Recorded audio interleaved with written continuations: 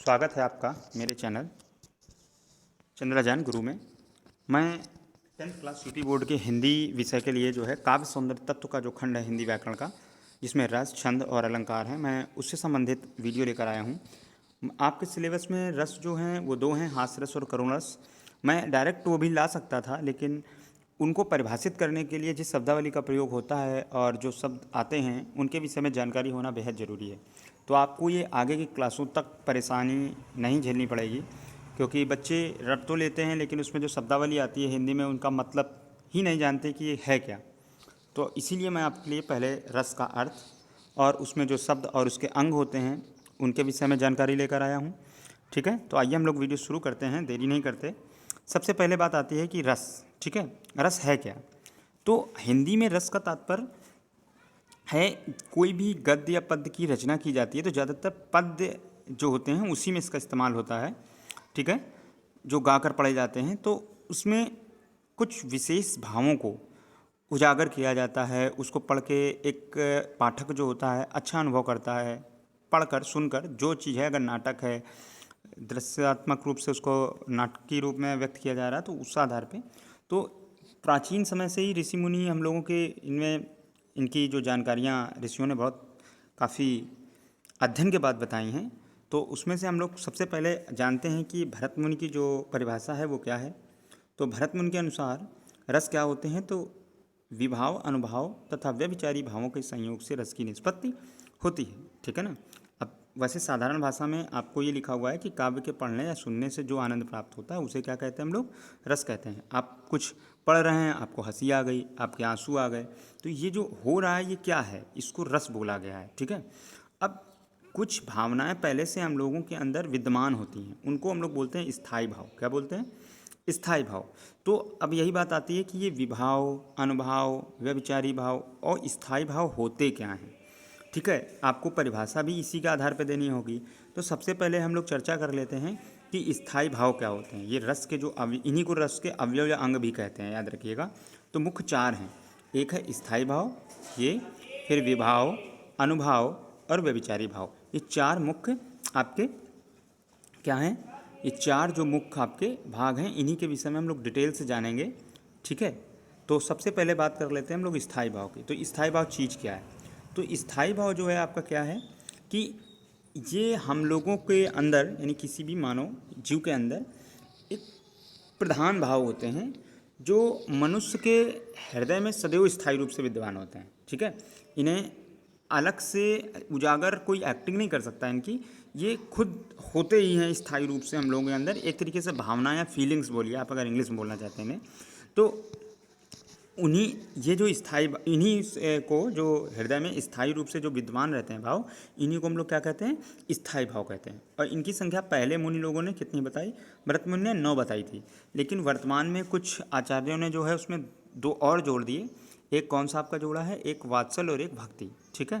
तो ये 11 स्थायी भाव क्या हैं? ये ऑलरेडी हर मनुष्य के मन में ये विद्यमान होते हैं। अब आसपास के वातावरण के अनुसार इनमें परिवर्तन या इनसे पोषित होकर जो है ये अचानक एक रस में इनके जो है परिवर्तित हो जाते हैं। तो आइए समझते हैं स्थायी भाव कितने हैं और कौन कौन से हैं। तो स्थायी भाव आपके देखिए इतने हैं, ये 11 के 11 लिखे हुए हैं। इन्हें आप आसानी से याद भी कर लीजिए। देखिए ये सारे आपके एक साथ 10th क्लास में नहीं हैं, आप कंफ्यूज मत होइए। ये 12th सभी के लिए इम्पॉर्टेंट वीडियो है। सिर्फ आपको 10th में करुण रस और हास्य रस ही आपको पढ़ना है, बस ये याद रखिएगा। ठीक है, कंफ्यूज मत होइए। तो लेकिन जानकारी आपको होना चाहिए कि टोटल कितने हैं, क्या है, तो उससे आपको आगे की क्लासों में परेशानी नहीं होगी। देखिए स्थायी भाव ये आपको 11 दिए गए हैं। अब ये 11 स्थायी भाव जो आपके हैं, तो सबसे पहला है रति। ठीक, इससे किस रस की उत्पत्ति हो जाएगी? तो श्रृंगार रस की। ठीक, अगर हम लोगों के अंदर शोक पहले से है और कुछ वातावरण बन जाता है तो फिर हम लोगों के अंदर करुणा यानी वहाँ पर आसपास जो वातावरण तैयार होगा वो करुण रस का होगा। निर्वेद तो शांत रस, क्रोध रौद्र रस और उत्साह तो वीर रस। ठीक है। और हास तो हास्य रस। अब हास नामक स्थायी भाव जब हम लोगों के मन में है तभी हम लोग अगर कुछ आसपास का वातावरण देखेंगे तो वो पोषित होकर जो है हास्य रस में परिवर्तित हो जाएगा। क्या आपने कभी किसी कुत्ते को हंसते देखा है? नहीं देखा। क्यों? क्योंकि उसके अंदर हास्य नामक स्थायी भाव नहीं है, उसका अभाव है उसके अंदर। ठीक है, एक इंसान हो, जीव हो, जंतु हो, सभी में अलग अलग प्रकार के स्थायी भाव होते हैं, विद्यमान होते हैं। तो फिर भय, भय जो स्थायी भाव है उससे किस रस की उत्पत्ति होगी? भयानक रस की। ठीक, और कब होगी तो वो आपके लिए देखिए कंडीशन लिख रखी है उन्होंने, तो ये आप पढ़ सकते हैं। फिर वीडियो बहुत लंबा हो जाएगा क्योंकि मुझे काफ़ी जानकारी इस वीडियो में देनी है। इसके बाद जुगुप्सा, जुगुप्सा जो होता है वो जैसे बड़ा घिनौना दृश्य हो। मान लीजिए मुर्दा घर में आप गए, मुर्दा है, कुत्ते नोच रहे हैं, उसको खा रहे हैं, वहीं कोई आदमी हो वो भी दांत से उसको नोच रहा, तो क्या अजीब सा आपको घिन जैसी वहाँ लगेगी। तो इस प्रकार का जो माहौल तैयार होता है तो उसको बीभत्स रस कहते हैं। लेकिन वो होगा कब? जब आपके अंदर जुगुप्सा नामक स्थायी भाव होगा तो ही आपको घृणा और घिनौनापन लगेगा। अगर ये आपके अंदर नहीं होगा तो आपको ये सब देख के भी आप उदासीन रहेंगे, आपको कोई फर्क नहीं पड़ेगा। ठीक है, इसके बाद है विस्मय या आश्चर्य। तो विस्मय या आश्चर्य की बात करें तो इससे अद्भुत रस की उत्पत्ति होती है। वात्सल्य या स्नेह जो स्थायी भाव है उससे किस रस की उत्पत्ति होती है? वात्सल्य रस की। माता और पिता का जो है संतान के प्रति जो प्रेम होता है वहाँ पर ये रस उत्पन्न होता है।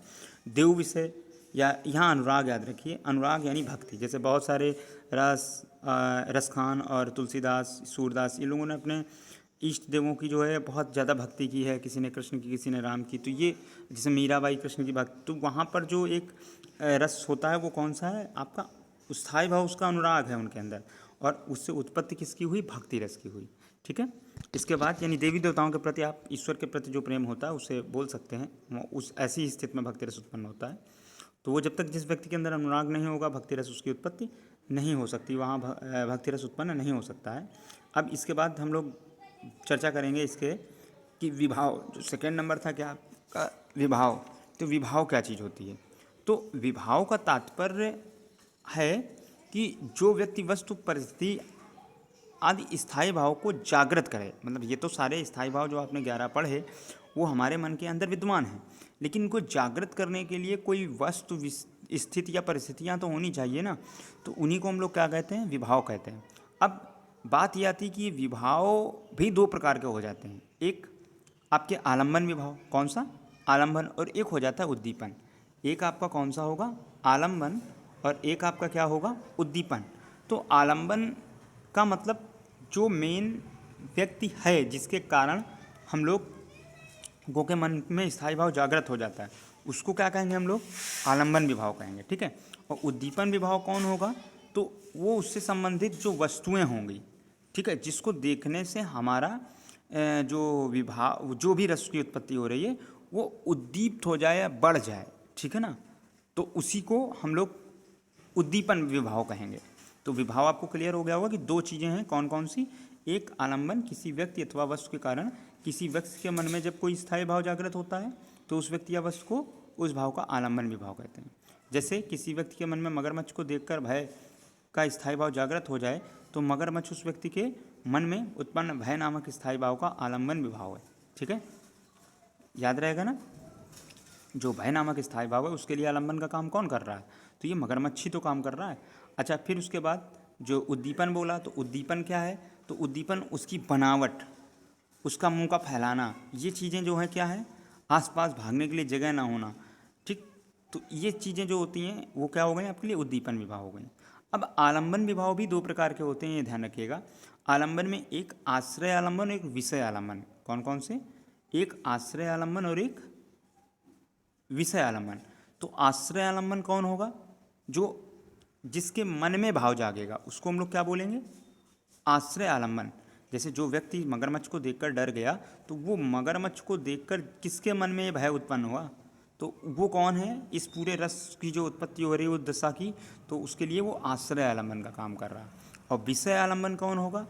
जिसके प्रति या जिसके कारण मन में भाव जागे, वो क्या हो गया? विषय आलम्बन। है वो विभाव ही, आलम्बन ही है, लेकिन आलम्बन भी भाई, अब कोई चुटकुला सुना रहा है किसी एक प्रोग्राम में, तो एक जिसने चुटकुला सुनाया वो क्या हो गया आपका? विषय आलम्बन। और जो लोग वहाँ पब्लिक बैठी है वो जो हंस रही है वो क्या हो गई आपकी? आश्रय आलम्बन। ठीक है ना, और तब वहाँ एक हंसी का माहौल बना, हास्यरस उत्पन्न हुआ। समझ में आ गई होगी आपको बात? तो विषय आलम्बन और आपको आश्रय आलम्बन में क्लियर हो गई होगी बात। जैसे देखिए उदाहरण भी लिखा है, यदि राम के मन में सीता के प्रति रथ का भाव जगता है, यानी कि श्रृंगार रस की बात हो रही है, तो राम क्या हो गए, आश्रय आलम्बन हो गए। ठीक, क्योंकि जिसके मन में जागा और जिसके कारण जागा, सीता के कारण, तो वो क्या हो गए, विषय आलम्बन हो गए। ठीक है। इसके बाद उद्दीपन भाव विभाव मैं आपको बता ही चुका हूँ, जिस वस्तु या परिस्थिति को देखकर स्थायी भाव बढ़ जाए या तीव्र हो जाए तो उसको हम लोग क्या बोलेंगे, उद्दीपन विभाव। जैसे अगर आपको एकांत स्थल में, जैसे उदाहरण दिया है, एकांत स्थल, चांदनी, कोकिल कूंजन, नयन है, नायक या नायिका की शारीरिक चेष्टाएं आदि, ठीक है, ये सब इस टाइप की जितनी होती हैं, इनको देख के और मन अच्छा हो जाता है ना, तो वो जो भी रस जहाँ उत्पन्न हो रहा है तो उसमें और बढ़ोतरी हो जाती है।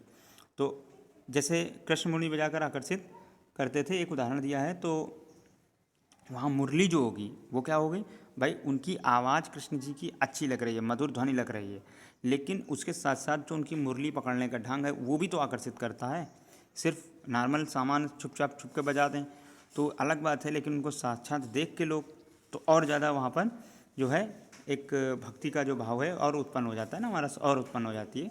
तो इसलिए जो उद्दीपन विभाव है वो कौन सी हो गई, जो और बढ़ा दे। ठीक है ना, जो कुछ उदाहरण आपको दे दिए गए, तो ये परिस्थिति और के हिसाब से निर्भर करेगा कि क्या होगा। फिर उसके बाद अब तीसरा आ जाएगा आपका अनुभव। तो अब अनुभव क्या चीज़ है, तो अब अनुभव की अगर हम बात करें तो अनुभव क्या चीज़ है आपकी, तो कोई भी भाव का जो बोध कराने वाले कारण होते हैं, ठीक है, और फिर उसकी वजह से जो चेष्टाएं दिखाई देती हैं, वो सारे नाम से, शब्द से ही समझ में आ रहा है अनुभव। आप अनुभव क्या कर रहे हैं, या सामने वाला व्यक्ति आपको देख के आपके अंदर क्या क्या परिवर्तन है उसको अनुभव कर रहा है ना। वो भाव का बोध कराने वाले कारण तथा मानव मन में स्थायी भाव के जागने पर जो शारीरिक चेष्टाएं दिखाई देती हैं वो क्या हैं, आपकी अनुभव हैं। क्या हैं, अनुभव हैं। जैसे अगर भेड़िए को देख के आप कांपने लगते हैं तो कांपना क्या हो जाएगा आपके लिए, या ज़ोर ज़ोर से चिल्लाने लगते हैं तो ये आपका क्या हो जाएगा, ये आपका अनुभव हो जाएगा। ठीक है, किसी भी दशा स्थिति, अब आप हास रस हो गया, आप ज़ोर ज़ोर से हंसने लगे तो ये आपका ज़ोर ज़ोर से हंसना क्या हो जाएगा, वहाँ पर आपका अनुभव हो जाएगा। ठीक है, अब इनको भी कई श्रेणी में बांटा गया है कि अनुभव भी चार भेद होते हैं। जैसे कायिक हो गया, यानी शारीरिक चेष्टाओं के द्वारा आपने कुछ अनुभव किया। एक मानसिक हो गया, ठीक है, कि मन में आप तनाव में आ गए या कुछ अनुभव करने लगे, सुख दुख अनुभव करने लगे, है ना, वो उस तरीके की स्थितियाँ हो गई तो वो मानसिक अनुभव हो गए। और आहार जो हो गया, जैसे मन के भावों के अनुसार अलग अलग प्रकार की बनावटी वेश रचना करने का जो होता है उसे हम आहार अनुभव कहते हैं। जैसे बच्चे जैसे छोटे खेलते खेलते अजीब हरकतें का करने लगें, चेहरे बनाने लगें, तो वो हो गया आहार्य। ठीक है ना, कुछ एक दूसरे की नकल करके, ग्रहण करके उसको अपने भावों को प्रदर्शित करना। फिर उसके बाद चौथा इसका पार्ट होता है अनुभव का सात्विक, जो इम्पॉर्टेंट है। ठीक है, आपके लिए सात्विक जो है ज़्यादा, सबसे ज़्यादा इम्पॉर्टेंट है, क्योंकि सात्विक जो अनुभव होते हैं ये करीब 8 प्रकार के आपके हैं सात्विक अनुभव। तो ये 8 ही हम लोगों के आसपास हम लोगों को देखने को मिलते हैं, जो हम लोगों में उत्पन्न होते हैं। जो सात्विक अनुभव 8 प्रकार के होते हैं वो कौन कौन से हैं, तो एक स्तब्ध होना अचानक, जैसे आप सड़क पे कभी जाते हैं, गाड़ी आ गई तो आप क्या करते हैं, वहीं के वहीं रुक जाते हैं, तो ये स्तब्ध होना, या किसी कोई अचानक कोई बात सुन लिया आप ना हाँ या ना आप कुछ नहीं कर पा रहे हैं, तो वो क्या हो जाएगा आपका जो है स्तब्ध। ठीक है, स्वेद यानी पसीना आना, किसी अचानक डरावनी चीज़ को देख लेने पर पसीना आ जाना, है ना। रोमांच यानी रोंगटे खड़े हो जाना, ठीक। और स्वरभंग, आवाज़ का नहीं निकलना, चुप हो जाना एकदम, या अटक अटक के बोलना, तो ये आपका क्या हो जाएगा, स्वरभंग। इसी प्रकार जो है आपके कांपना क्या हो जाएगा, कंप या कांपना भी आपका हो गया। और विवर्णता यानी चेहरे का रंग उड़ जाना, है ना, और आंसू आना, ठीक। प्रलय, शुद्ध बुद्ध खो जाना, जैसे प्रलय की स्थिति जो होती है, तो प्रलय भी एक तरीके का क्या है, अचानक उथल पुथल कहीं हो जाए तो आप एकदम कंफ्यूज हो जाते हैं कि हम क्या करें क्या ना करें, तो वहाँ पर उस जगह जो आपके अंदर अनुभव आप कर रहे हैं वो प्रलय अनुभव कर रहे हैं, क्या कर रहे हैं, प्रलय। ठीक है, तो इस प्रकार ये आपको क्लियर हो गया होगा कि स्थायी भाव क्या होते हैं, विभाव क्या होते हैं, और विभाव में ही आलंबन और उद्दीपन वो एक ही बात है, और आलंबन में भी आश्रय और विषय आलंबन। जिसके अंदर स्थायी भाव जाग रहा है वो क्या है आपका आश्रय आलंबन, और जिसके कारण जागा वो हो गया विषय आलंबन। और अनुभव की बात करते हैं तो जो भी चेष्टाएं हम लोगों की स्थायी भाव उत्पन्न होने के बाद उत्पन्न होती हैं वो सारी क्या हैं आपकी जो है अनुभव हैं। और ये 4 प्रकार के होते हैं, या तो कायिक होगा यानी शरीर के द्वारा हम लोग प्रदर्शित करते हैं, और या तो मानसिक होगा, या तो आहार्य होंगी, और या तो सात्विक होंगी। तो ज़्यादातर सात्विक हम लोगों को अनुभव हम कर सकते हैं और हम लोग देखते हैं। कांपना, आंसू आना, रोंगटे खड़े होना, पसीने आना, आवाज़ का ना निकलना, अटक जाना, ठीक है ना। जैसे बच्चे डर जाते हैं या टीचर कोई ज़्यादा डराता है, डराना नहीं चाहिए किसी अध्यापक को, परंतु कभी कभी ऐसा होता है कि बच्चे भय की वजह से जो है कांपने लगते हैं। तो वहाँ पर अगर बात करें तो क्या अनुभव उनके अंदर हो रहा होता है, तो वहाँ पर कांपना जो है कम अनुभव हो रहा होता है, सात्विक अनुभव उत्पन्न हो रहा होता है। तो ये आपको क्लियर हो गया होगा। इसके बाद अब आता है चौथा पार्ट आपका कौन सा, जो है संचारी व्यभिचारी भाव। तो या संचारी भाव बोलिए या व्यभिचारी भाव बोलिए, तो संचारी भाव व्यभिचारी दोनों लिखे होते हैं अलग अलग। तो अब ये हैं क्या, तो अब इनकी बात आती है कि ये हैं क्या। तो अब ये अचानक स्थायी भाव जब उत्पन्न होता है, हम लोग जब अनुभव करते हैं, तो ये कुछ विशेष प्रकार के मनोविकार हैं या मनोवृत्तियां हैं जो अचानक उत्पन्न होती हैं और ख़त्म हो जाती हैं, ठीक है। जैसे पानी में बुलबुले बने बिगड़े, तो इसी तरीके से कुछ है कि जो आश्रय होता है, ठीक है ना, यानी जिसके मन में संचारी स्थायी भाव उत्पन्न होता है, तो उसके अंदर कुछ अस्थिर मनोविकार लगातार संचारित होते रहते हैं, कुछ फीलिंग्स, भावनाएँ। तो उनको हम लोग क्या कहते हैं, जो है उन्हीं को हम लोग संचारी या व्यभिचारी भाव कहते हैं, ठीक है, जिनका संचार निरंतर होता रहता है, नाम से ही क्लियर है। अब ये जो भरत मुनि थे, उन्होंने इनको 33 इनकी संख्या बताई। कितनी बताई? 33। तो देखिए 10th में इतने ज़रूरत नहीं है इनको पढ़ने की, लेकिन जान जाएंगे तो ये शब्द आपको पता चलेंगे कि बोले कहाँ से जाते हैं, क्या हैं, कैसे हैं, ठीक है ना। तो ये 33 आपके सामने ये हैं। तो ये 33 कौन कौन से हैं जो उठते हैं फिर थोड़ी देर बाद ख़त्म हो जाते हैं। जैसे निर्वेद, कोई बात हुई तो फिर आप शांत हो जाते हैं, शांत होने के बाद फिर आपकी इच्छा होती है लाइए हम बोल दें। तो ये जो निर्वेद यानी शांत होने की दशा स्थिति है, तो वो आई, बनी, बिगड़ी, तो ये यहाँ पे कौन होगा, संचारी भाव के रूप में उनका बोला जा रहा है। नहीं तो निर्वेद आपका तो शांत रस का स्थायी भाव भी है, तो आप कन्फ्यूज मत होइए, ठीक है। उसके बाद आवेग है, ठीक है, दैन्य है, श्रम है, मद है, जड़ता है, उग्रता है, मोह है। अब जैसे बच्चे खेलते खेलते एकदम को किसी एक दूसरे को पकड़ने लगे, खींचने लगे, तो वहाँ थोड़ा उग्र स्वभाव हो जाता है ना, फिर थोड़ी देर बाद शांत हो जाएंगे। तो ये वहाँ पर वो जो भी दशा उत्पन्न हो रही है, तो उसके लिए ये वहाँ पर संचारी भाव का ही काम कर रहे हैं, ठीक है ना। विबोध, स्वप्न, अपस्मार, गर्व, मरण, अलसता, अमरस, निद्रा, आवेहत्था, औत्सुक्य, उन्माद, शंका। उन्माद का मतलब जैसे दंगे वगैरह होते हैं तो लोग ना किसी की बात नहीं सुनते और लड़ाई झगड़ा करने टूट जाते हैं ना, उसको उन्माद बोलते हैं। स्मृति, ठीक है, मति, व्याधि, संत्रास, लज्जा, हर्ष, आशु, विषाद, धृति, चपलता, ग्लानि, और आपकी जो है लास्ट है चिंता और वितर्क। ये आपके कुछ क्या हैं, संचारी भाव हैं, ठीक है। ये 33 संचारी भाव जो है आचार्य मुनि जी ने, जो है भरत मुनि जी ने जो है दिए हैं। तो ये इतनी शब्दावली और आपको अगर तैयार रहेगा, आप जानेंगे, तो आप परिभाषा आपको पढ़ते ही याद हो जाएगी, आपको कुछ समझना नहीं पड़ेगा, क्योंकि स्पष्टीकरण नाम की एक चीज़ होती है, आपको किसी भी रस में लिखनी पड़ती है। तो वो आप अगर थोड़ा भी अर्थ समझ गए तो आप ये जान पाएंगे कि इसमें भाव, विभाव, अनुभाव, संचारी भाव, आश्रय और विषय आलम्बन है क्या, ठीक है ना। तो इस वीडियो में इतना ही रखते हैं हम लोग, और इसके बाद फिर मैं आपको आभास रस और करुण रस जो आपके सिलेबस में है वो मैं नेक्स्ट वीडियो में आपके लिए लेकर आऊँगा।